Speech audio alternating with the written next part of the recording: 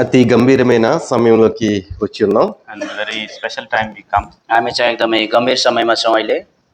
మనసా వాచా కర్మణ అనే మాట ఎప్పుడైనా అన్నారా? Mansa, vacha, karmanal. That word anytime you hear. Very nice. మత్తయి రాసిన సువార్త 26వ అధ్యాయం 26వ వచనం.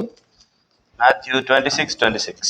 26, 27 అంత కలిసి చదువుకుందాం. Matthew 26:27. We'll read all together, please. मत्ती 26 अध्यायको 27 पद हामी चाहिँ सबैजना मिलेर पढ्नेछौँ.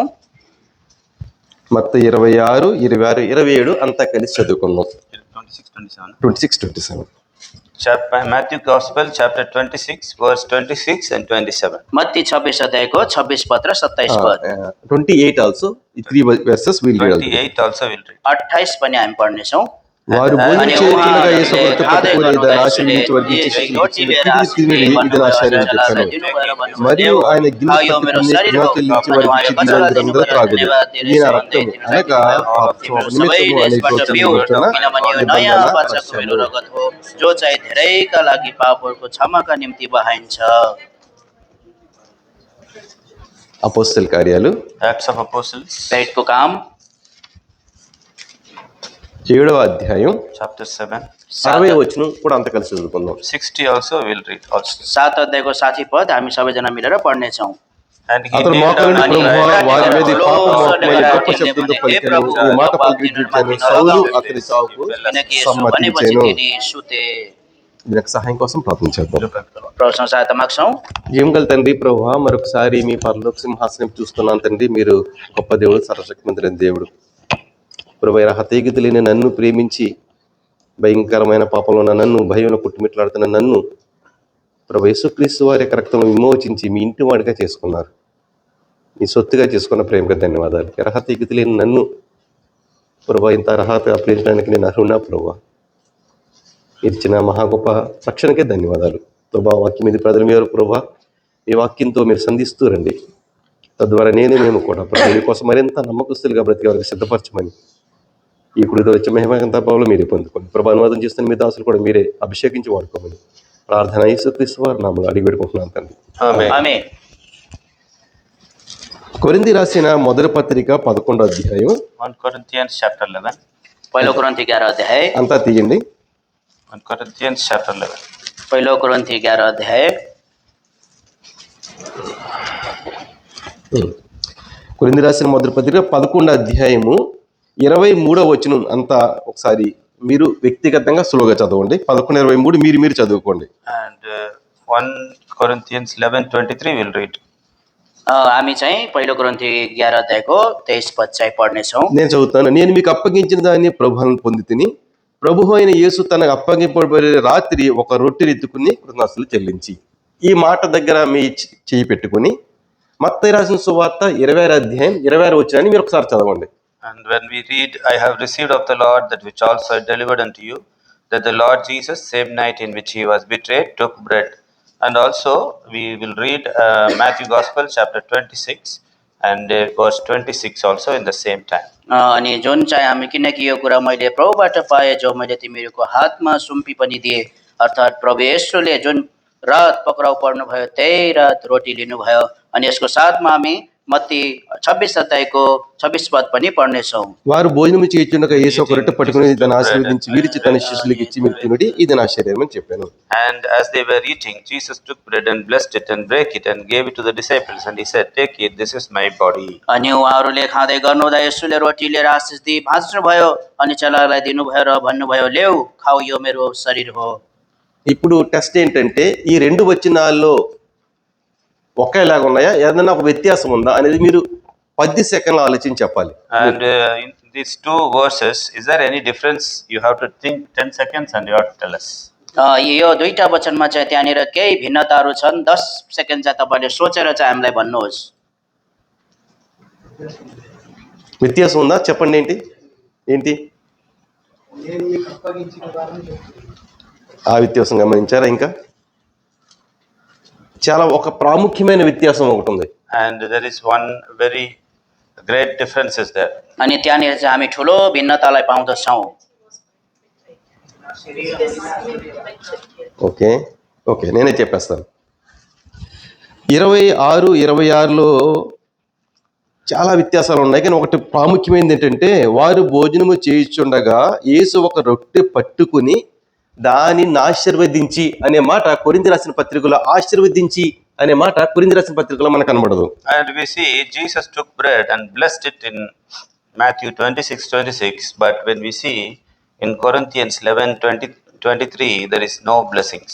अनि हामी मत्ती 26-26मा हेऱ्यौँ भने येशूले चाहिँ त्यो रोटी लिएर आशिष दिनुभयो, तर हामी कोरिन्थी 11को चाहिँ हामीले 23 पदमा हेऱ्यौँ भने चाहिँ त्यहाँनिर आशिष दिएको कुरा देख्दैनौँ। ప్రభువైన యేసుక్రీస్తు వారు స్వయంగా చెప్పిన మాటల్ని అపోస్తలుడైన పౌలు కోట్ చేస్తూ కొరింథీ రాసిన పత్రికలో చెప్తూ ఉన్నాడు. And whatever the Lord Jesus spoke, the same words Apostle Paul is quoting in Corinthians. अनि जो जति पनि कुराहरू प्रभु यीशु ख्रीष्टले भन्नुभयो त्यही कुरा चाहिँ पाउल प्रेरितले कोरिन्थीको पुस्तकमा चाहिँ लेख्नु भएको कुरा हामी కొరింథీ देख्दछौँ। రాసిన సంఘంలో ఉన్న పరిస్థితులన్నీ కూడా మీకు తెలియాలంటే మీరు మొదటి అధ్యాయం నుంచి చదువుకుంటూ వస్తే మీకు అన్ని కూడా తెలుస్తాయి. And when you want to know about Corinthians assembly people, that you may know from first chapter onwards, when we read, we understand. जब हामी कोरिन्थीको विश्वासीहरूको विषयमा जान्न चाहन्छौँ भने कोरिन्थीको पहिलो अध्यायबाट नै हामी तिनीहरूको विषयमा जान्न सक्दछौँ। ఇక్కడ దేవుడి నోటి నుంచి ఆశీర్వాదము అనే మాట వస్తూ ఉందంటే, Here God's mouth, the blessing is coming means, अनि यहाँनिर चाहिँ परमेश्वरको मुखबाट जो आशिष आएको छ भन्नुको अर्थ चाहिँ ఒక మంచి ఇల్లు, ఒక మంచి కారు, మంచి భార్య భర్త, జాబు, మొబైలు అని ఇప్పుడు అనుకోవద్దు. and don't think that you have all the earthly things like a house, car and all these things.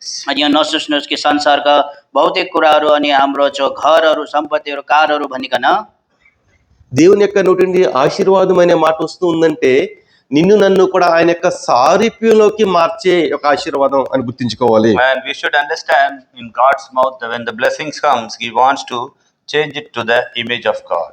अनि हामीले यो कुरा बुझ्नुपर्छ कि जब परमेश्वरको मुखबाट चाहिँ आशिषका शब्दहरू आयो उहाँले चाहिँ हामीलाई उहाँको परमेश्वरको स्वरूपमा चाहिँ ढाल्नुहुन्छ। చాలా స్పష్టంగా చెప్పబడుతున్న మాట 26, 26లో నా శరీరము నా రక్తము అనే మాట ప్రభువైన యేసుక్రీస్తు వారు ఉపయోగిస్తూ ఉన్నారు. And Lord Jesus using the word of Matthew 26 and 27, my body and my blood. अनि यहाँनिर मत्ती 26 अध्यायको 26-27मा प्रभु यीशुले यो कुरा बताउनु भएको छ कि मेरो शरीर र मेरो लहु भनिकन। నాకు చాలా డౌట్లు వస్తుంటాయి, మనం బలలో ఎందుకు పాల్గొంటాం? And why I have a lot of doubts why we take part in the Lord's table. अनि हामीमा चाहिँ धेरै शङ्काको कुराहरू हुन्छन् कि हामीले किन परमेश्वरको मेस टेबलबाट भाग लिनुपर्छ। ఎందుకని శుక్రవారం వచ్చి బలలో పాల్గొనడం అదొక ఆచారమా? Is that any ritual that we should take part in the Lord's table? के यो चाहिँ एउटा धर्मकर्म जस्तो जो हामीले परमेश्वरको मेस टेबलबाट भाग लिनुपर्छ? మరి మిగతా రోజులు మనం రాకుండా ఉంటే మరి దేవుడు మనల్ని శిక్షించడా, శిపించడా? And if we don't take part, the Lord will punish you. के हामीले परमेश्वरको मेस टेबलबाट भाग लिएन भने परमेश्वरले हामीलाई दण्ड दिनुहुन्छ? అసలు బలలో ఎందుకు పాల్గొనాలి మనం? And why should we take part in the Lord's table? किन हामीले चाहिँ परमेश्वरको मेस टेबलबाट भाग लिनुपर्छ त? అసలు బల మన జీవితంలో ఏం చేస్తుంది కార్యం? And what the Lord's table will do in our life? अनि परमेश्वरको मेस टेबलले हाम्रो जीवनमा के गर्दछ? నేను బలలో పాల్గొంటూ ఉన్నది యేసుక్రీస్తు వారి యొక్క శరీరాన్ని తింటూ ఉన్నాను, ఆయన యొక్క రక్తాన్ని తాగుతూ ఉన్నాననే ఒక ఆలోచన, వివేచన లేకపోతే నువ్వు ఎన్నిసార్లు బలలో పాల్గొన్నా, ఎన్నిసార్లు ఆయన యొక్క శరీరం రక్తంలో పాల్గొన్నా ఎటువంటి ప్రయోజనం ఉండదు. And we see if you are taking part in the Lord's table, if you don't have a realization that you are taking part the body of Christ and the blood of Jesus Christ, you will not have any change in your life. यदि हामीले जब परमेश्वरको mess टेबलमा भाग लिँदै गर्दा चाहिँ यदि हामीमा चाहिँ मैले परमेश्वरको शरीर र लौबाट भाग लिँदैछु भन्ने कुराको अनुभव हामीले गर्न सकेका छैन भने हामीले त्यो मेस टेबलबाट भाग लिएर हाम्रो जीवनमा कुनै पनि परिवर्तन ఎందుకంటే आउँदैन। యేసుక్రీస్తు వారి శరీరంలో తింటున్నప్పుడు యేసుక్రీస్తు వారికి సారూప్యంగా నువ్వు నేను మారిపోవాలి. And when you are eating in the body of Jesus Christ, you should be transformed to His image. जब हामी चाहिँ परमेश्वरको शरीरबाट खान्छौँ तब चाहिँ हामी उहाँको स्वरूपमा चाहिँ परिवर्तन हुनुपर्दछ। ఫర్ సపోజ్ ఒక ఎగ్జాంపుల్ చెప్తాను మీకు. For example, उदाहरणको लागि నేను రోజు చికెన్ మటన్ బాగా తింటాను అనుకోండి, and I eat daily the chicken and mutton. मैले चाहिँ दिनौ चिकन र मटन खान्छु, ఏమవుతుందండి? What will happen? अनि के हुन्छ? మీరు ఎవరు చెప్పరు. నేను లావన్న అయిపోతాను, లేకపోతే ఎక్సర్సైజ్ చేస్తే నాకు మజిల్స్ అన్న వస్తాయి. And we see I will get fat, otherwise if I do exercise I will get muscle. मैले कि त ममा बोसो लाग्छ, न त कि त मैले दिनदिनै व्यायाम गरेँ भने ममा चाहिँ मसल्स बन्दछ। అటువంటిప్పుడు భౌతికమైన ఆహారం తింటేనే నా శరీరంలో మార్పు వస్తూ ఉన్నప్పుడు పరలోకం నుంచి వచ్చిన చూడండి యోహాను రాసిన సువార్తలో మాట ఉంటుంది. యోహాను రాసిన సువార్త 6వ అధ్యాయం. And we see the John's Gospel, chapter 6. अनि हामी यूहन्ना सुसमाचार 6 अध्यायमा देख्दछौँ। 6వ అధ్యాయము 40 ఎక్కడ ఉంటుంది పరలోకం నుంచి 57వ వచనం చూస్తే కనుక మనం అక్కడ చూడండి 58 verse. 58. ఇది పరలోకము నుండి దిగి వచ్చిన ఆహారము అనే మాటను చూస్తున్నాం మనం. And verse 58 we see this is the bread which came down from heaven. अनि 58 पदमा हामी देख्दछौँ यो चाहिँ त्यो रोटी हो जो स्वर्गबाट ओर्लेर आयो। ఏంటంటే పరలోకం నుంచి దిగి వచ్చిన ఆహారం? And what is that came from heaven? अनि त्यो के हो जो स्वर्गबाट आयो?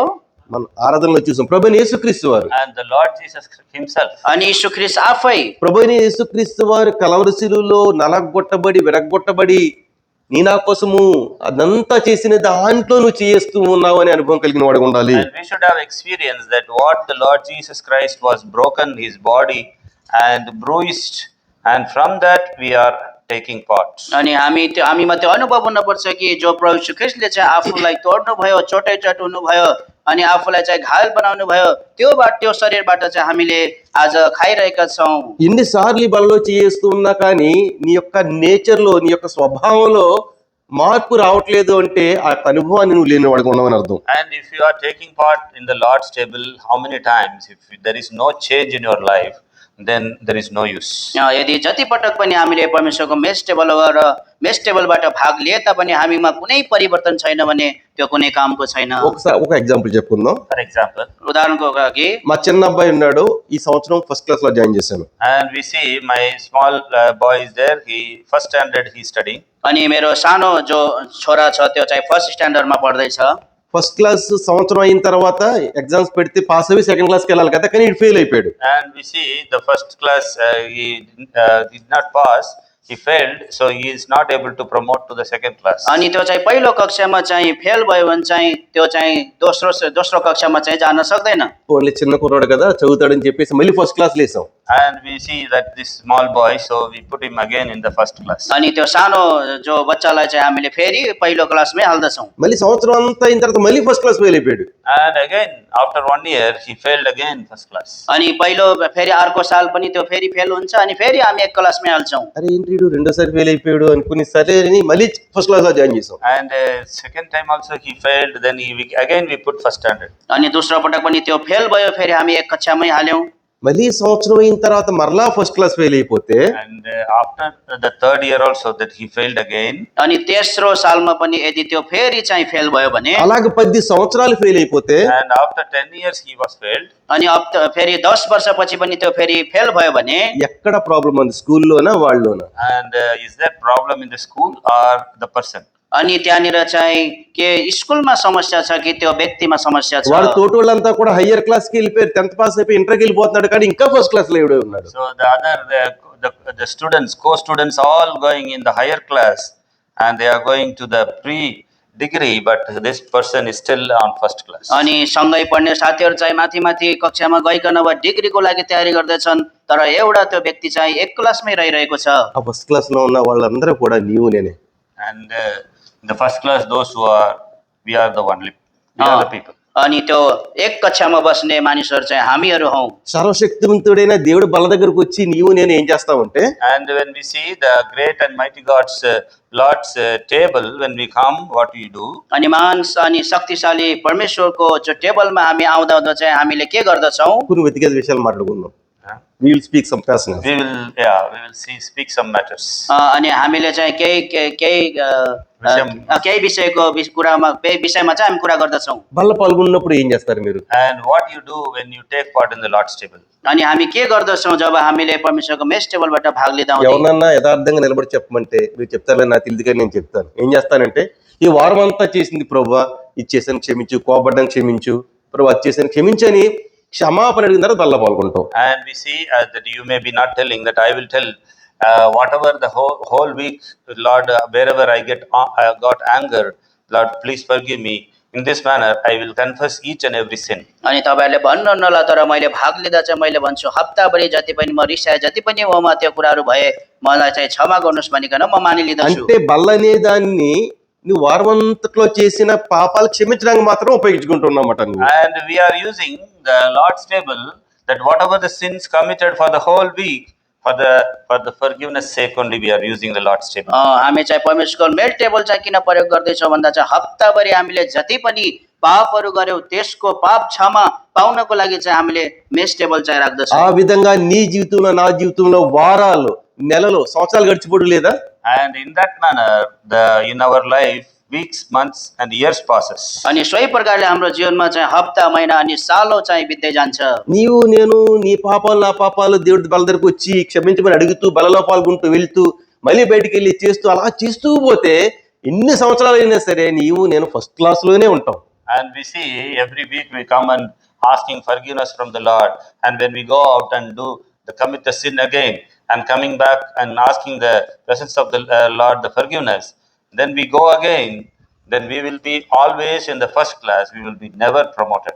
अनि हामी चाहिँ हप्तामा अनि परमेश्वरको अनि घरमा आउँदछौँ अनि हामी चाहिँ फेरि उहाँसँग हामीले गरेको हप्ताभरि गरेको पापको क्षमा माग्दछौँ। अनि हामी बाहिर गएर फेरि त्यो पाप गर्दछौँ, फेरि आएर क्षमा माग्दछौँ भने हामी कहिले पनि त्यो अगाडि बढ्न सक्दैनौँ। దేవుని యొక్క బల్ల క్షమించడానికి ఉపయోగించిన కారణం చేతే దేవుని యొక్క ఆశీర్వాదాలు నీవు నేను పొందుకోలేకపోతున్నాను. And because we are using the Lord's table only for the forgiveness of sins, that's why we are not receiving the blessings of the Lord.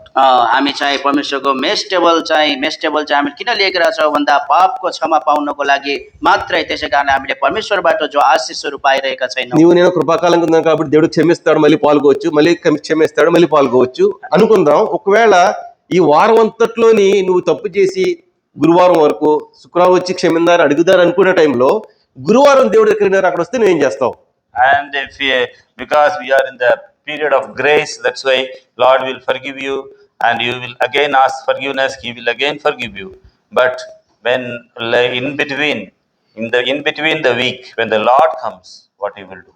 हामी चाहिँ अहिले अनुग्रहको समयमा छौँ। हामीले जति पनि पापहरू गर्दछौँ हामी प्रभुसँग क्षमा माग्छौँ, उहाँले क्षमा दिनुहुन्छ, फेरि क्षमा माग्छौँ, क्षमा दिनुहुन्छ। तर त्यो बिचमा चाहिँ ప్రభు యేసు క్రీస్తు ఆవుनुभयो भने चाहिँ हामीले के गर्दछौँ? కాబట్టి దేవుడి యొక్క బల్లని ఇప్పటివరకు ఒకవేళ తెలియని రీతిలో క్షమాపణ కోసం వాడుకుంటే కనుక ఇదే ఆఖరి వారం చేసుకుని వచ్చే వారం ప్రభువా ఈ వారం నేను బలలో పాల్గొన్నాను, నీ జీవాహారం తిన్నాను కాబట్టి నీ చేయి పట్టుకుని నడుస్తాను, ప్రతి శోధన పైన విజయం సాధిస్తానని విజయం సాధించిన తర్వాత అప్పుడు బలలో చేయండి. ఎలా ఉండదు తెలుస్తుంది మీకు. And we see from this week onwards that you take a determination that Lord, I take part in the Lord's table. Now I will hold your hands and walk with you.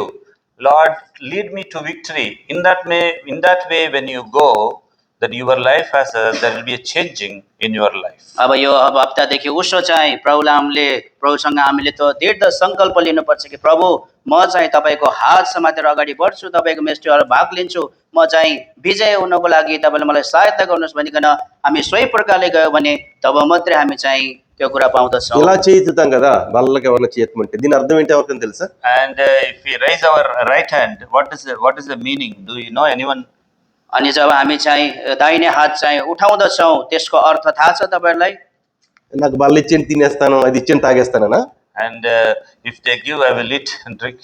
अनि यदि तिनीहरूले मलाई दियो भने म खान्छु अनि पिउँछु भनिकन। నీ చెయ్యి పరలోకంలో చూపిస్తున్నా ప్రభు ఈ వారం అంతా కూడా నీ మీద ఆధారపడి బ్రతికాను నేను. And you are telling the Lord, the whole week I have completely depended on thee and I lived for thee. अनि हामीले त्यसै अनि त्यो हात उठाउने समय भन्छ कि प्रभु म हप्ताभरि चाहिँ म तपाईँको निम्ति जिउँछु र तपाईँमा भर पर्छु भनिकन। ప్రభు నీవు ఇచ్చిన విజయంతో ఆనందంతో బలం तपाईँमा చేస్తాను. सुम्पन्छु भनिकन। ప్రభు నువ్వు ఇచ్చిన విజయంతో ఆనందంతో బలం చేస్తానని చెప్పాలి. And we have to tell Lord, you have given me the victory. In that victory I take part in thy table. अनि हामीले भन्नुपर्छ कि प्रभु जुन विजय जीवन तपाईँले मलाई दिनुभयो त्यो विजय जीवनद्वारा चाहिँ म तपाईँको मेस टेबलबाट भाग కొత్త लिन्छु। సంవత్సరంలోకి వెళ్ళడం కాదు, నూతన విధానంలోకి జీవితం మారాలి. And see, not going to the new year, but a new way the life should change. अनि नयाँ सालमा जाने कुरो होइन, तर नयाँ प्रकारले चाहिँ हाम्रो जीवन चाहिँ परिवर्तन हुनुपर्दछ। యోహాను రాసిన సువార్త 6వ అధ్యాయము 44వ వచనం చూసినట్లయితే కనుక And John 6:44. యోహన్నా 6 अध्यायको 44 पद। ఇది అంత్య దినాన నిన్ను లేపేదిగా ఉంది ఒక బల్ల. And we see this table, Lord's table, in the end days, it will make us rise up together. अनि अनि यो मेस टेबलले चाहिँ हामीलाई अन्त्यको दिनमा चाहिँ बौराएर उठाउँछ। 50 వచనం చూస్తే కనుక And verse 50, अनि 50 पदमा దీన్ని తినువాడు చావకుండాన్నట్లు పరలోకం నుంచి దిగి వచ్చిన ఆహారం అని చూస్తున్నాం. and this is the bread which cometh down from heaven, that a man may eat thereof and not die. यो त्यही रोटी हो जो मानिसले यसबाट खाओस् र नमरोस् भनेर स्वर्गबाट ओर्लेर आउँछ। పరలోకం నుంచి జీవం ఇచ్చే ఆహారాన్ని నేను భుజిస్తున్నా అనే గమనిక కలిగితే కనుక ఈ బల్లని నీ యొక్క పాపాలు క్షమించుకోవడానికి నువ్వు ఉపయోగించు. And we see that we should understand this, that we are taking part in the heavenly food, not only for using for the forgiveness of your sins. हामीले यो कुरा बुझ्नुपर्छ कि हामीले चाहिँ स्वर्गीय रोटीबाट चाहिँ हामीले भाग लिएका छौँ आफ्नो पापको क्षमा पाउनको लागि मात्रै होइन। కాబట్టి ప్రియ సహోదర సహోదరి బల్లని క్షమాపణకే కాదు దేవుని యొక్క ఆశీర్వాదాలు పొందుకోవడానికి ఉపయోగించడానికి అలవాటు చేసుకో. And dear brothers and sisters, Lord's table is not only for forgiveness of your sins, but it's also use it for the blessing of the Lord. अनि प्रिय दाजुभाइ दिदीबहिनीहरू, यो परमेश्वरको मेस टेबल चाहिँ हाम्रो पापको क्षमा पाउने मात्र होइन तर परमेश्वरको आशिषलाई प्रयोग गर्ने कुरा हो। చాలా విచిత్రంగా అనిపిస్తుంది. పాపాలు క్షమించబడిన తర్వాత నువ్వు బాప్తీసం తీసుకున్న తర్వాత కదా బల దగ్గరికి వస్తున్నావు, మళ్ళీ పాపాలు క్షమించబడ్డం అంటే నీ రక్షణలో నువ్వు ప్రశ్నించుకోవాలి. And we see how wonderful, pathetic this condition is. Your sins are forgiven, then you are baptized, then only you will come to the Lord's table. It means your sins are already forgiven. So when you again and again committing sin and asking the Lord the forgiveness, it is a routine and it is not a life. अनि हामी देख्दछौँ कस्तो दुःखको कुरा यहाँनिर कि हामी चाहिँ परमेश्वरलाई चाहिँ पाइसकेपछि चाहिँ जो बत्तिसमा लिइसकेपछि हाम्रो पाप क्षमा भइसकेपछि फेरि पनि हामीले त्यो कुरालाई परमेश्वरमा चाहिँ यदि हामीले चाहिँ त्यो पापको क्षमा चाहिँ मागेको गर्छौँ भने అదేంటి That is not showing that any life in the अनि त्यो मागेको गर्छ भने त्यो कुराले हामीमा कुनै पनि त्यो जीवन देखाउँदैन। అంటే నువ్వు నేను ఏం చేస్తున్నావు తెలుసా, యేసుక్రీస్తు వారి యొక్క గాయాల్ని మళ్ళా రేపుతున్నామట మనం. And what we are doing, the wound of the Lord, we are piercing him again. अनि हामीले चाहिँ के गर्दछौँ भन्दा परमेश्वरलाई चाहिँ हामीले फेरि पनि त्यो चोट पार्दछौँ अनि उहाँलाई चाहिँ हामीले भालो रोप्दछौँ। ఆ కారణం చేతే దేవుని బల్ల నీ నా జీవితంలో ఆశీర్వాదాలు తీసుకొచ్చి యేసుక్రీస్తు వారి సారిపులకు నీ మాట నీ యొక్క చూపు నీ ఆలోచన అంతా మారిపోయి యేసుక్రీస్తు వారి యొక్క సారిపులకు మారకుండా ఆయన ఆశీర్వాదాలను పొందుకోకుండా ఉండడం గల కారణం అదే. That's why you are not changing. You are not coming to the image of Christ.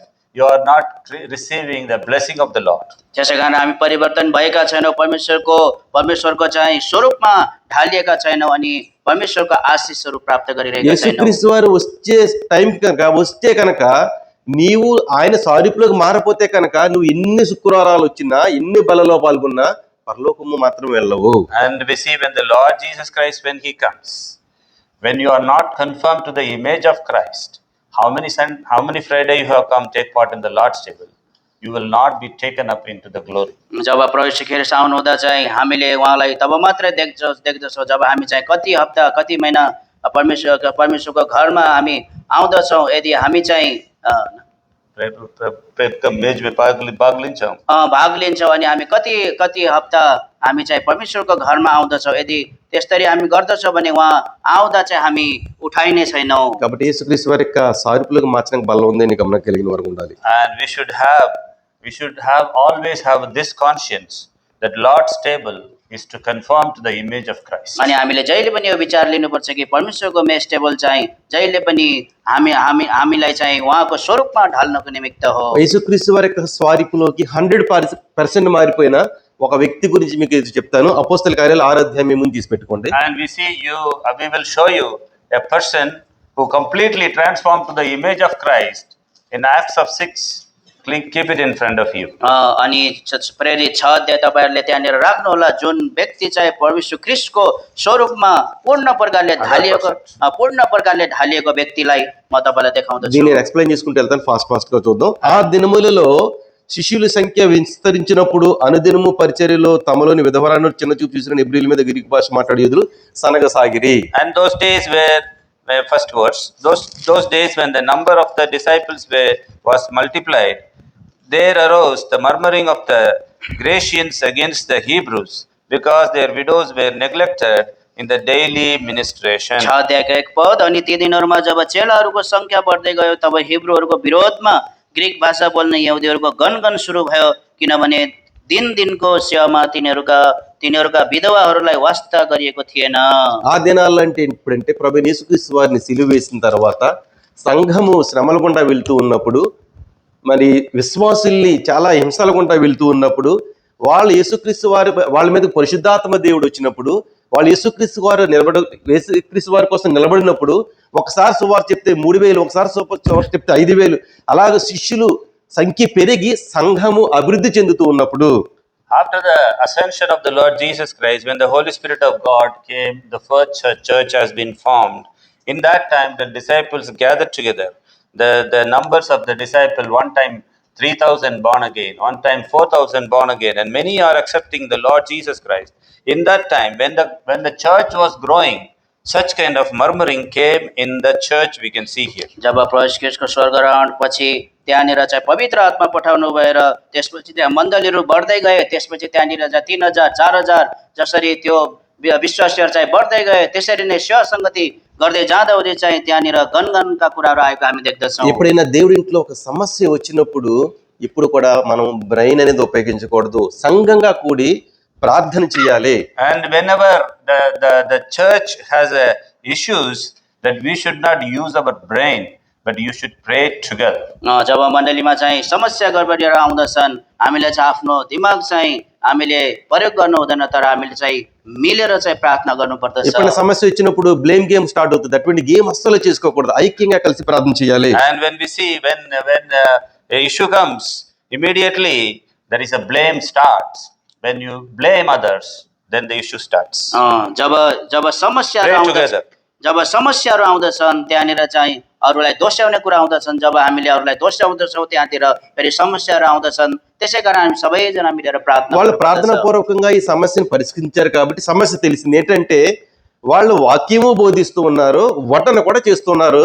ఆ కారణం చేత ఒక పని మీద కాన్సన్ట్రేట్ చేయలేకపోతున్నారు. And we see that when they prayed, they understood the issue, and they were also preaching the word, and also they do the ministering.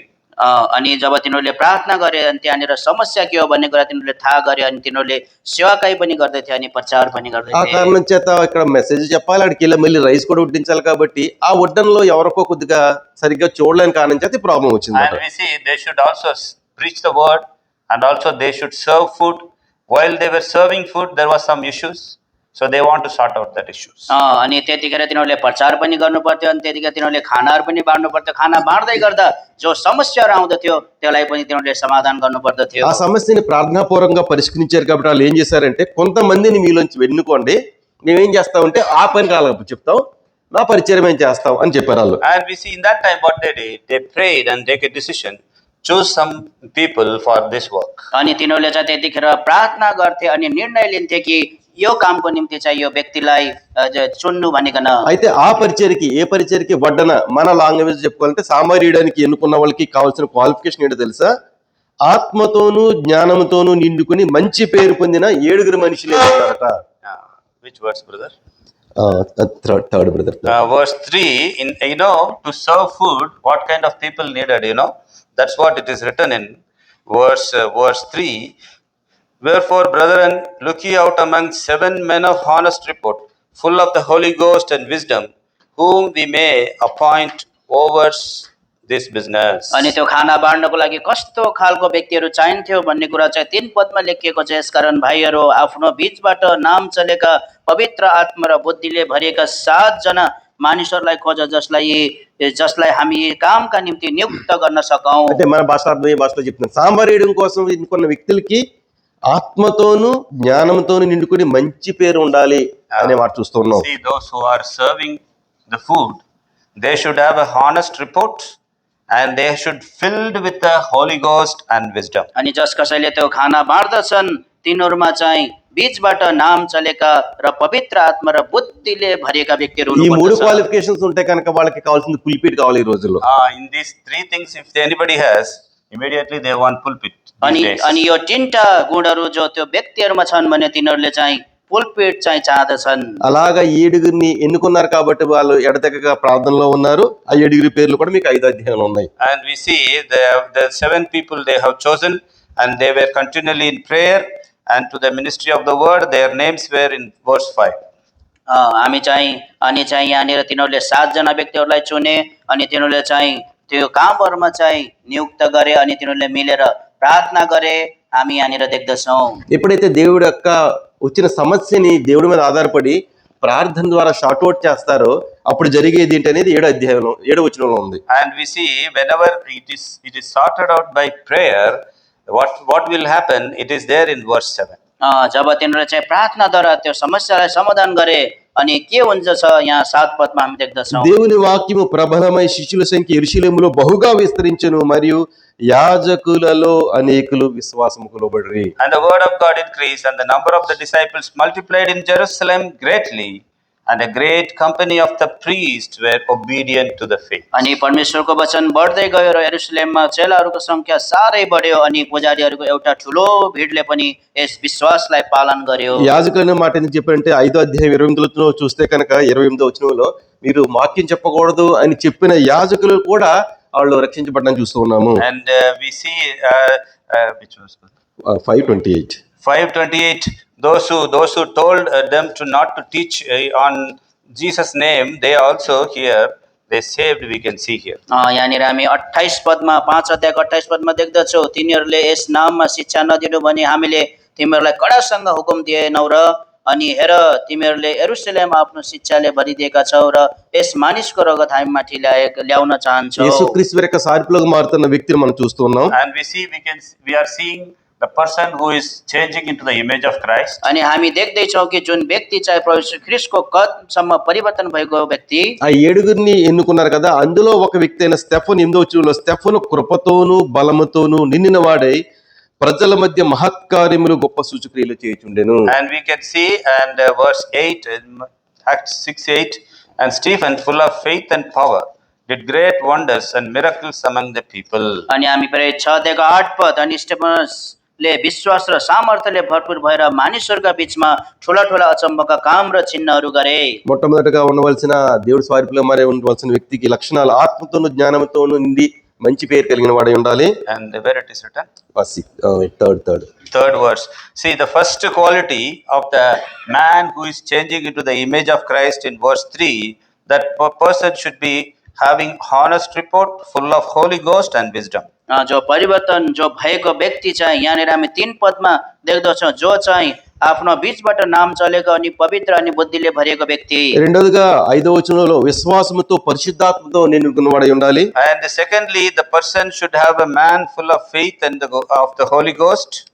अनि दोस्रो कुरा चाहिँ त्यो व्यक्ति चाहिँ जो पवित्र आत्मा र विश्वासले भरिएको व्यक्ति हुन पर्दछ। అంతేకాకుండా 8వ వచనం ప్రకారం దేవుని కృపతో బలముతో నిండిన వాడై దేవుని కోసం గొప్ప కార్యాలు చేసేవాడై ఉండాలి. And verse 8 we can see full of faith and power and do wonders and miracles for the Lord's people. अनि 8 पदमा हामी देख्दछौँ, अनि विश्वास र सामर्थ्यले भरपूर भएर मानिसहरूका बीचमा ठुला ठुला अचम्मका कामहरू चिन्हहरू गरे। ఎప్పుడైతే నువ్వు దేవుడి కోసం నిలబడాలనుకుంటావో నీ మీద శత్రువు అటాక్ చేసేవాడు ఉంటాడు. And when you stand for the Lord, and the enemy will stand against you.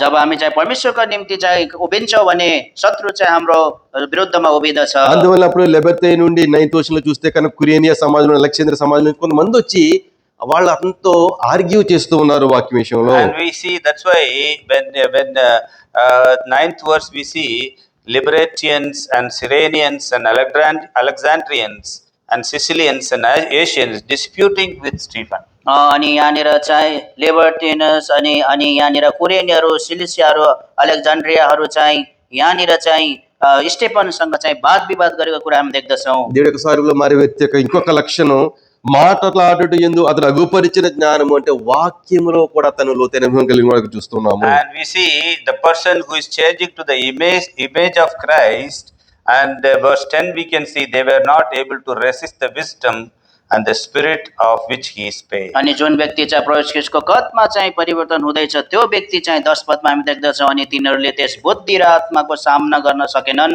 जसद्वारा उनीहरू बोल्दथे। ఎప్పుడైతే అతని మీద వాళ్ళు విజయం పొందలేకపోయారో ఇప్పుడు అతన్ని వేరే విధంగా అబద్ధాలు చెప్తూ ఉన్నాడు. చూడండి 11వ వచనంలో And we వీడు see- మోషే మీదను దేవుని మీదను దూషణ వాక్యాలు పలికారు అని అబద్ధాలు ఆడుతూ ఉన్నారు ఆ వ్యక్తి మీద. And we see this when they were not able to victory over him. In verse 11 we see they were blaspheming about that person. They are saying subdoned men, and they said we have heard speak blasphemous word against Moses and against God. जब तिनीहरूले चाहिँ स्टेफनमाथि विजय हुन सकेनन् तब यहाँनिर 11 पदमा हामी देख्दछौँ तिनीहरू चाहिँ मोसाको विरुद्धमा र परमेश्वरको विरोधमा निन्दापूर्ण कुरा गरेको हामीले थाहा पायौँ भनिकन त्यहाँनिर दोष लागिएको छ। మనుషుల మీద మనుషుల్ని కూర్చుకుని అబద్ధ సాక్ష్యాలు చెప్తూ వాళ్ళ అతను పట్టుకుని పెద్దల దగ్గర లాక్కెళ్ళిపోయారు. And we see they have give the false witness and take him to the elders. अनि त्यहाँनिर चाहिँ उनीहरूलाई चाहिँ झुटो दोष लाएर त्यो बुढा प्रधानहरू कहाँ लगेको कुरा हामी देख्दछौँ। ఎంత భయంకరమైన అబద్ధం చెప్తారో చూడండి. ఈ మనుష్యుడు 13th వర్స్ ఇప్పుడు పరిశుద్ధ స్థలమునకు మన ధర్మశాస్త్రము విరోధంగా మాట్లాడుచున్నాడు. 14th వర్స్ ఈ నజరేయుడైన యేసు ఈ చోటును పాడు చేసి మోషే మనకిచ్చిన ఆచారములు మానుపుని వీడు చెప్పగా మేంటిమి అనే మాట చెప్తూ ఉన్నారు. And verse 13 and 14 we see, and they set up false witness which said, this man ceaseth not to speak blasphemous words against the holy place and the law, for we have heard him say that this Jesus of Nazareth shall destroy this place and shall change the customs which Moses delivered us. 13 र 14 पद अनि झुटा साक्षीहरूलाई खडा गरे जसले भने yes मान्छेले yes पवित्र स्थान र व्यवस्थाको विरोधमा निन्दापूर्ण कुराहरू बोल्न छोड्दैन, किनभने हामीले यसलाई यसो भन्दै गरेका सुनेका छौँ, नासरतका यस येशूले यस स्थानलाई ध्वस्त पार्नुहुने र मोसाले हामीलाई सुम्पेका रीतिविधिहरू बदल्नु हुनेछ। అబద్ధం ఆడటమే కాకుండా అప్పటి వరకు ఉన్న ఒక గొడవ, అంటే అప్పటి వరకు కూడా యేసుక్రీస్తు వారి గురించి ఆ సమాజం అంతా కూడా ఉన్న ఒక సెన్సిటివ్ మ్యాటర్ ని మరలా వాళ్ళు రేపుతూ ఉన్నారు. And we see they are not only saying a false witness, and also they are bringing the wrong blame against Stephen. यो स्टेफनमाथि तिनीहरूले चाहिँ दोष मात्रै लगाएका छैनन्, तर तिनीहरूलाई चाहिँ एकदमै झुटो जो दोषी ठहराएका पनि छन्। దేవుని యొక్క సరుకులో మరి నెక్స్ట్ వ్యక్తి యొక్క లక్షణం ఎలా ఉంటుందంటే And we see what is the next quality of the person who is changing to the image of Christ. अनि जो प्रभु ख्रीष्टको कदमा जो परिवर्तन हुने व्यक्तिको दोस्रो गुण चाहिँ हामी देख्दछौँ। నీ మీద దోషణ అబద్ధాలు మాట్లాడుతూ ఉన్నప్పుడు When they say false witness against you, जब तिनीहरूले चाहिँ हामीमा चाहिँ त्यो झुटो दोष लगाउँदछन्, సభలో కూర్చున్న వారందరూ అతని వైపు తేరి చూడగా అతని ముఖము దేవదూత ముఖం వలె వారికి కనబడును అని మాట and చూస్తున్నాం. when they saw his face, it had been face of an angel. अनि Verse 15. 15 पदमा हामी देख्दछौँ तब सबैले उसलाई ढिड लाएर हेर्दा उनको चेहरालाई स्वर्गदूतको चेहरा जस्तै देखे। ఇప్పుడు స్టెఫన్ ఏం చేశారంటే తీసుకెళ్లి పెద్దల ముందు కూర్చోబెట్టారు. ఏంటి జరిగింది చెప్పు అని అడిగారన్నమాట. And we see when they take him to the council and ask him to say what happened. अनि जब तिनीहरूले चाहिँ त्यो सल्लाहकार कहाँ लगेर तिनीहरूले चाहिँ त्यो भन्न चाहे कि के भयो भनिकन స్టెఫన్కి యేసుక్రీస్తు వారి గురించి సువార్త చెప్పే ఒక అద్భుతమైన అవకాశం వాళ్ళు ఇచ్చారన్నమాట. And they have given a wonderful opportunity to share the gospel of the Lord Jesus Christ. अनि तिनीहरूले चाहिँ तिनलाई प्रभु यीशु ख्रीष्टको सुसमाचार जो प्रचार गर्ने एउटा अद्भुत जो सौभाग्य दिए। 7వ అధ్యాయం మొదటి 2 వచనాలు మీరు చూస్తే కనుక మీకు మాట తెలుస్తుంది. And immediately we will understand chapter 7 verse 1 and 2. अनि हामी चाहिँ 7 अध्यायको 1 र 2 पदमा हामी तत्कालै बुझ्दछौँ। అప్పుడు అందుకు స్టెఫన్ అదే చెప్పినది ఏమనగా సహోదరులారా తండ్రులని విడి అని చెప్తూ మన పితరుల దేవుడైన అబ్రహాము దేవుడు, ఇస్సాకు దేవుడు, యాకోబు దేవుడు, యోసేపు దేవుడు అట్లా చెప్పుకుంటూ మోషేకి మొత్తం అంతా చెప్పుకుంటూ 51 వచ్చిన వరకు అందరి కోసం చెప్పుకుంటూ వచ్చాడు. And we see chapter 7, he starts from the beginning, and he said, men and brethren and fathers, hearken, the glory of God appeared unto Father Abraham. In that manner he started, and he was going to Moses, and he comes till verse 51. अनि यहाँनिर चाहिँ हामी देख्दछौँ 7 अध्यायबाट उहाँले 1 पदबाट सुरु गर्नुभयो। अनि मानिसहरू, भाइहरू, बाबुहरू सुन्नुहोस्, हाम्रा पिता अब्राहम कहाँ र अब्राहम कहाँ जानुभयो अनि त्यसबाट मोसेस कहाँ आउनुभयो अनि 58 पदसम्म चाहिँ उहाँले यो कुराहरू गर्नुभएको छ। మీరు ఇంటికి వెళ్ళి చదివితే ఇది చాలా బాగా అర్థం 51 పదसम्म మీరు ఇంటికి వెళ్ళి ఇక్కడ వరకు చదువుకుంటే కనుక అంత అర్థం అవుతుంది. టైంలోకి వెళ్ళిపోతున్నాను fast. And we see, when you read from in your home, you will understand better. Now we do not have such much time. हामीसँग अहिले टाइम छैन, तपाईँहरू घरमा पढ्नुभयो भने राम्रोसँग बुझ्न सक्नुहुन्छ। అబ్రహాము, ఇస్సాకు, యాకోబు, మోషే వీళ్ళందరి పేర్లు చెప్పుకుంటూ వచ్చి వీళ్ళు ఇప్పుడు ఏమంటూ ఉన్నాడంటే అక్కడ కూర్చున్న వాళ్ళందరూ కూర్చున్నారు, ఇక్కడ నిలబడి మాట్లాడుతుంటున్నారు తెలుసా. 51 verse. ముష్కరులారా, హృదయములను చెవులను దేవుని వాక్యము లోపరచని వల్లెనులారా, మీ పితరుల వరే మీరు ఎల్లప్పుడూ పరిశుద్ధాత్మను ఎదిరించుచున్నారు. Next verse. మీ పితరుల్లో ప్రవక్తలు ఎవరిని హింసించుకుంటారు, ఆ నీతిమంతుని రాకను కూర్చి ముందు తెలిపిన వారి చంపిరి, ఆయనను మీరు ఇప్పుడు అప్పగించి హత్య చేసిరి. And we see all this he said about Abraham, Isaac and Jacob, and he was telling Moses and all these things. Finally in verse 51 he says, ye stiff-necked and uncircumcised in heart and ears, ye do always resist the Holy Ghost, and your fathers did so do ye. Which of the prophets have not your fathers persecuted, and they have slain them which showed before the coming of the just one, of whom you have been now the betrayers and murderers. अनि उहाँले चाहिँ Abraham, Isaac, याकूबको विषयमा भन्नुभयो, मोसासँग जानुभयो, मोसाको विषयमा भन्नुभयो अनि अन्तमा चाहिँ 51 पदमा भन्नुहुन्छ, हे कडा गर्दन भएका अनि हृदय र कानहरूको खतना नभएकाहरू हो, तपाईहरू सधैँ पवित्र आत्माको सामना गर्नुहुन्छ, जस्तो तपाईँका पिता पुर्खाहरूले गरे त्यस्तै तपाईँहरू पनि गर्नुहुन्छ। 52. ఇప్పుడు ఈ మాట నేను అన్నాను అనుకోండి మిమ్మల్ని, अनि 52 पद, अनि भविष्यवक्ताहरू मध्ये कसलाई चाहिँ तपाईँहरूका पिता पुर्खाहरूले सताएनन् र अनि तिनीहरूले उनीहरूलाई मारे, जसले धर्मी जनको आगमनको विषयमा भविष्यवाणी गरेका थिए, जसलाई पक्राउने र मार्ने चाहिँ अहिले तपाईँहरू हुनुभएको छ। ఇప్పుడు ఈ మాట నేను అనుకోండి మిమ్మల్ని. For example, if I say these words to you, अनि यो उदाहरणको लागि यो वचन यदि मैले तपाईँहरूलाई भने ముష్కరులు అంటే మీకు అది తెలుసు కదా, తర్వాత మీరు చూసుకోండి కావలిస్తే. మీరు ఎంతన్నా వింటారు కానీ మీరు ప్రార్థనకు రారు, బైబిల్ స్టడీకి రారు, శుక్రవారం మాత్రం వస్తారు, మీరంతా ఇట్టే ఉంటోళ్లే అని అని అనుకోండి మిమ్మల్ని. for example, if I say so much you hear, but you don't come to Bible study, you don't come to prayer, if I say like this, यदि उदाहरणको लागि मैले भने तपाईँहरूले एकदमै सुन्नु भएको छ, तर पनि तपाईँहरू चाहिँ अब अनि बाइबल अध्ययनको लागि अरू सेवाकाईको लागि आउनुहुन्न भनिकन मैले भने ఇంకా యేసుక్రీస్తు వారిని చచ్చిపోయారు కదా, దానికి కారణం మీరే అని అన్నాను అనుకోండి for మిమ్మల్ని. example, the Lord Jesus Christ slain because of you, किनकि प्रभु यीशु ख्रीष्ट चाहिँ किनकि हाम्रो कारणले नै उहाँ चाहिँ टाङ्गिनु भयो। ఏమవుతుంది మీకు? what will happen to you? हाम्रो लागि अब हामीलाई के हुन्छ, కోపం వస్తుంది కదా. And you will get angry. अनि हामी चाहिँ रिसाउँदछौँ, ఒకవేళ అది చేసినా సరే కోపం వచ్చేది మనకి. And even if you do also, you get angry. अनि हामीले त्यो गर्छौँ पनि अनि हामी रिसाउँदछौँ पनि, వారికి కూడా కోపం వచ్చింది. And they got also angry. 54 వచ్చింది. तिनीहरू पनि रिसाए।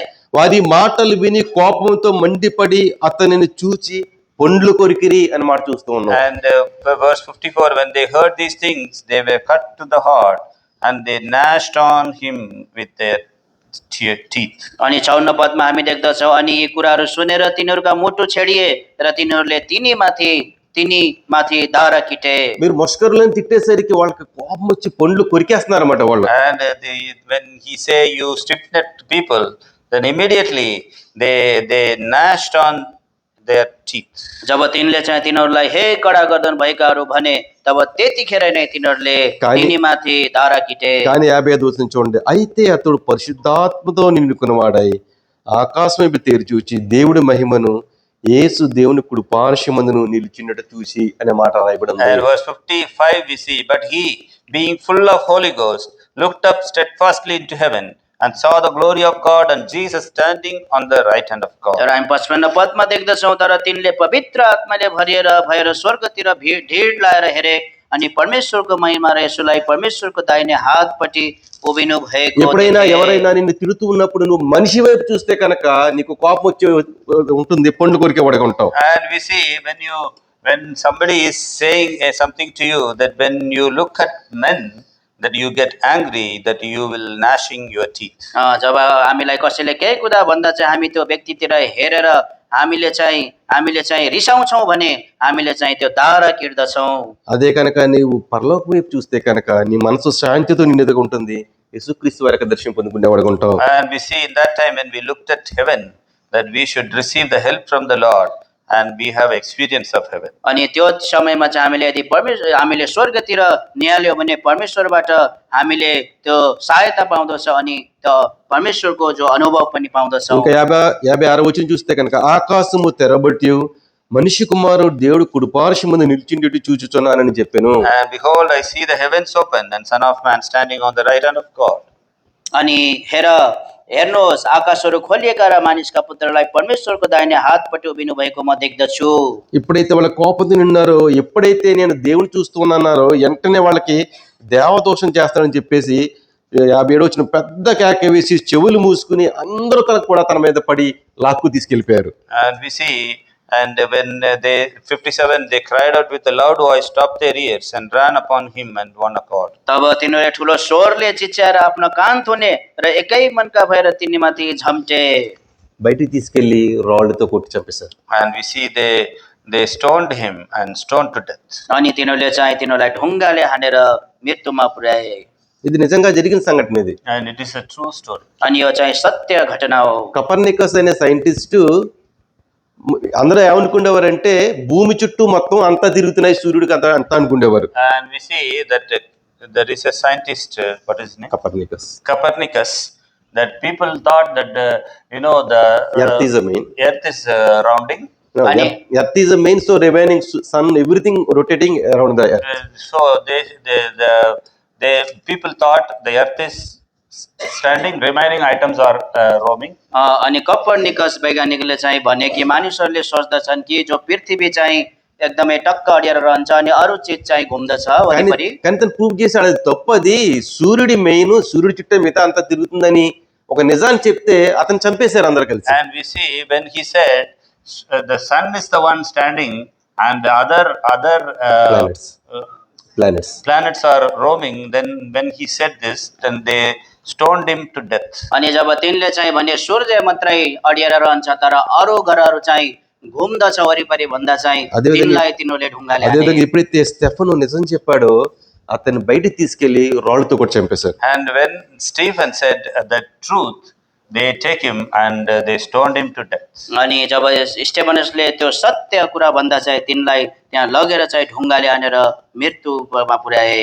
ఒక వ్యక్తిని రాళ్లతో కొడుతూ చంపడం అనేది ఒక అనుభవపూర్వకంగా మనం గుర్తిరితే కనుక, when we think about the person being stoned to death, जब हामी सोच्दछौँ कि जुन व्यक्ति चाहिँ जो ढुङ्गाले हानेर मारिए, ఒకవేళ నన్నే కొడుతున్నారు అనుకోండి రాళ్లతోటి, for example somebody is stoning me, अनि उदाहरणको लागि कसैले मलाई ढुङ्गाले हान्दैछ, ఏం చేస్తాను నేను? what I will do? अब म के गर्छु? అట్లీస్ట్ కొద్దిగా తప్పించి కూడా ప్రయత్నిస్తాను కదా. And I will try to protect myself. अनि मैले चाहिँ आफूलाई बचाउने कोसिस गर्दछु। రాళ్లతో కొడుతున్న వెనక ఉద్దేశం ఏంటంటే వాడు చచ్చిపోవాలని కొడుతూ ఉన్నారు వాళ్ళు. And why they are beating with the stones, they want him to die. किनकि तिनीहरूले किन तिनलाई चाहिँ ढुङ्गाले हाने भन्दा चाहिँ ऊ चाहिँ उसलाई चाहिँ मार्न चाहँदथे। కానీ రాళ్లతో కొడుతున్నప్పుడు స్టెఫన్ ఏం చేస్తున్నాడు తెలుసా? And we see what Stephen is doing. अनि स्टेफनसले यहाँ के गर्दैछन्? 60 వచనం, verse 60. अनि 60 पदमा అతడు మోకాలు నీ ప్రభువా వారి మీద ఈ పాపము మోపకమని గొప్ప శబ్దంతో పలికెను. And verse 59 in English, and they stoned Stephen, calling upon God, saying, Lord Jesus, receive. Verse 60. He kneeled down and cried with a loud voice, Lord, lay not this sin to their charge. 60 पद अनि घोडा टेकेर ठुलो स्वरले कराएर तिनले भने, हे प्रभु यो पाप तिनीहरूलाई नलगाउनुहोस्। ఈ మాట ఇంకొకరు అన్నారు. ఎవరన్నారు ఈ మాట? And someone else also said these verses. अनि एउटा अर्को व्यक्तिले पनि यो भन्नुभएको छ। సో యేసుక్రీస్తు వరకు సార్పులోకి 100% మరణం ఉంటుంది. And we see here Jesus Christ also said similar verses because Stephen has been 100% conformed to the image of Christ. अनि जो एकजना व्यक्ति जो प्रभु ख्रीष्टले पनि यही जो वचन भन्नुभएको छ कि हामी विशेष स्टेफनसलाई देख्दछौँ उहाँ चाहिँ 100% परमेश्वरको स्वरूपमा ढालिएको व्यक्ति ఇక్కడ थिए। పైన చూస్తే ఒక 55 వచనంలో ఒక విచిత్రమైన ఒక మాట నేను చూశాను. And we see 55 verse, I saw one very wonderful word. अनि 55 पदमा चाहिँ मैले एउटा अद्भुत वचन देखेँ। దేవుడు మహిమను యేసు దేవుని కుడిపార్శ్వమందును నిలిచిండుట అనే మాట చూస్తున్నాం. And we see when he saw the glory of God and Jesus standing on the right hand of God. अनि परमेश्वरको महिमा र येशूलाई परमेश्वरको दाहिने हातपट्टि उभिनु भएको देखे। నెక్స్ట్ వచనంలో కూడా దేవుడు కుడిపార్శ్వమందు నిలిచిండుట అనే మాటను చూస్తున్నాం. And verse 56 also, the Son of Man standing on the right hand of God. अनि 56 पदमा पनि परमेश्वरका पुत्र मानिसका पुत्र परमेश्वरको दाहिने हातपट्टि उभिनु भएको म देख्दछु। ప్రకటన 4:3 చూసినట్లయితే కనుక And Revelation chapter no need to just listen. Revelation chapter 4 verse 3 and 9. अनि प्रकाशित वाक्य 4 अध्यायको 3 र 9 पद అక్కడ కుడిపార్శ్వమందు ఆసీనుడై ఉన్న దేవుణ్ణి చూస్తాం మనం అక్కడ. And where we can see the Lord is sitting on the right hand of the throne. अनि हामी त्यहाँनिर चाहिँ प्रभु यीशु ख्रीष्टलाई परमेश्वरको सिंहासनको दाहिने हातपट्टि बसेको हामी देख्दछौँ। ప్రకటన 5:1 కూడా అదే మాట చూస్తాం, కూర్చుని ఉన్నా అని మాట చూస్తాం. And Revelation 5:1 also we see the right hand. अनि अनि अनि प्रकाश 5 अध्यायको 1 पद पनि दाहिने हात पनि हामी देख्दछौँ। మత్తయి 22:40 కూడా దేవుడు కుడిపార్శ్వన ఆసీనుడై కూర్చుని ఉన్న దేవుని మనం చూస్తాం. And Matthew 22:44 22:44 also we can see that Lord is sitting at the right hand of the majesty. अनि हामी चाहिँ मत्ती 22 को 44 मा पनि देख्दछौँ कि प्रभु यीशु ख्रीष्ट परमेश्वरको दाहिने हातपट्टि बस्नु भएको छ। హెబ్రీ 8:2 హెబ్రీ 12:2 ఎక్కడ చూసినా సరే దేవుడు కుడిపార్శ్వన ఆసీనుడై ఉన్న దేవుని మనం చూస్తాం. So Hebrews 8:12 we can see that right hand. अनि हामी चाहिँ हिब्रू 12 अध्यायको 2 पदमा पनि 8:2 8 अध्यायको 2 पद. आज 8 अध्यायको 2 पद पनि त्यहाँनिर हामी दाहिने हात भनिकन देख्दछौँ। రైట్ సైడ్ ఆసీనుడు కూర్చుని ఉన్న దేవుని చూస్తాం. And we see right hand sitting, the Lord sitting on the right hand of God. हामी चाहिँ प्रभु यीशु ख्रीष्ट चाहिँ परमेश्वरको दाहिने हातपट्टि बस्नुभएको कुरा हामी देख्दछौँ। ఇక్కడ మనం చదివిన అపోస్తల కార్యాలు 5:7-55 దేవుడు కుడిపార్శ్వన నిలిచి ఉండడాన్ని చూస్తున్నాం. అంటే ఇక్కడ And here we see the Lord Jesus Christ standing on the right hand of God, standing. यहाँनिर चाहिँ हामी देख्दछौँ प्रभु यीशु ख्रीष्ट चाहिँ परमेश्वरको दाहिने हातपट्टि उभिनु भएको छ। అంటే బహుశా స్టెఫను చనిపోయిన తర్వాత తన్ని ఆహ్వానించడానికి దేవుడు నిలిచిన వాడు కొన్నాడేమో. And we see when Stephen goes to the Lord that he was ready to receive him. अनि जब स्टेफन चाहिँ उहाँको सम्मुखमा जान्छन् तिनीहरूले चाहिँ उहाँलाई चाहिँ Receive करने के लिए ready खड़ा है. उहाँलाई चाहिँ स्वागत गर्नको लागि चाहिँ तयार छन्। పెద్ద పెద్ద వ్యక్తులు వచ్చినప్పుడు మనం లేచి నిలబడతాం కదా, అటువంటి విధంగా స్టెఫన్ పరలోకం వెళ్తూ ఉంటే యేసుక్రీస్తు వారు నిలబడి రిసీవ్ చేసుకుంటూ ఉన్నారు. What a wonderful picture. We see the Lord Jesus Christ is ready to receive Stephen standing. कस्तो अद्भुत दृश्यलाई हामी यहाँनिर देख्दछौँ। प्रभु यीशु ख्रीष्ट चाहिँ जो स्टेफनसलाई स्वागत गर्नको लागि उभिएर बस्नु भएको छ। ఒక యేసుక్రీస్తు వారి యొక్క సంపూర్ణ స్వరూపులుగా మారిన వ్యక్తికి పరలోకంలో అటువంటి ఆహ్వానం ఉంటుంది. The person who is completely transformed, that person has a welcome in heaven in this manner. अनि जुन व्यक्ति चाहिँ प्रभु यीशु ख्रीष्टको स्वरूपमा पूर्ण प्रकारले ढालिएको छ त्यो व्यक्तिलाई चाहिँ स्वर्गमा एकदमै स्वागत गरिन्छ। ఇంకో మాట కూడా చెప్పి నేను ముగిస్తాను. And one more word I say and close. अनि अझै एउटा कुरा म भनेर बन्द गर्दछु। నీకు ఎన్ని కష్టాలు, ఎన్ని శ్రమలు, ఎన్ని ఇబ్బందులు పెడుతున్నా కనుక నువ్వు సహించుకుంటే కనుక, చూడండి ఇక్కడ సౌలు అతని చావుకు సమ్మతించిన, అంటే ఇక్కడ సౌలు స్టెఫన్ యొక్క చావుని చూస్తూ ఉన్నాడు. And here we see that Saul also was here and he is accepting that Stephen's death. अनि यहाँनिर साउलले पनि 58 पदमा हामी देख्दछौँ साउलले पनि त्यो स्टेफनसको मृत्युमा चाहिँ मेरो स्टेफनसले मेरो सहभागिता थियो भनिकन मानिलिएका छन्। ఎందుకంటే స్టెఫన్ ఏం తప్పు చేయలేదని సౌలు తెలుసు. And Saul knows Stephen did not do any mistake. अनि साउललाई थाहा छ कि स्टेफनसले कुनै गल्ती गरेका थिएनन्। రాళ్ళతో కొడుతుంటే మాట్లాడకుండా మౌనంగా ఉన్నాడు. And when they were stoning him, he is keeping quiet. अनि जब तिनलाई चाहिँ ढुङ्गाले हानिँदै थिए तर तिनी चाहिँ चुपचाप बसे। అంతేకాకుండా వాళ్ళ కోసం ప్రార్థన చేస్తూ ఉన్నాడు. And he was praying for them. अनि तिनले चाहिँ तिनीहरूको निम्ति प्रार्थना गर्दै थिए। బహుశా స్టెఫన్ యొక్క రక్తము సౌలు యొక్క జీవితంలో కార్యం చేసి ఉండొచ్చు. That's why the blood of Stephen's blood has done the work in the life of Saul. त्यसै कारण स्टेफनसको जो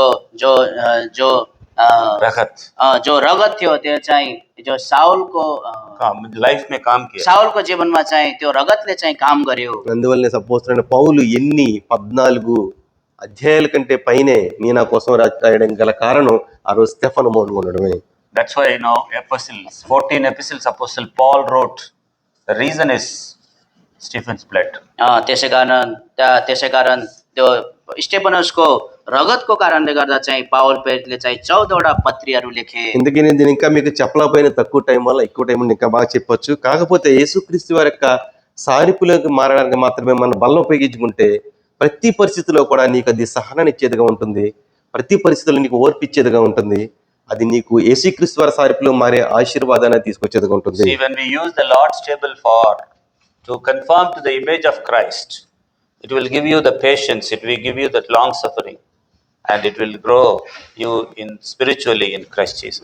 जब हामीले चाहिँ परमेश्वरको मेस टेबललाई चाहिँ हाम्रो जीवनमा जब हामी चाहिँ परमेश्वर ख्रीष्टको स्वरूपमा ढाल्नको लागि प्रयोग गर्दछौँ भने त्यसले हामीलाई चाहिँ एकदमै हामीमा चाहिँ धीरजका कुराहरू उसले चाहिँ दिँदछ।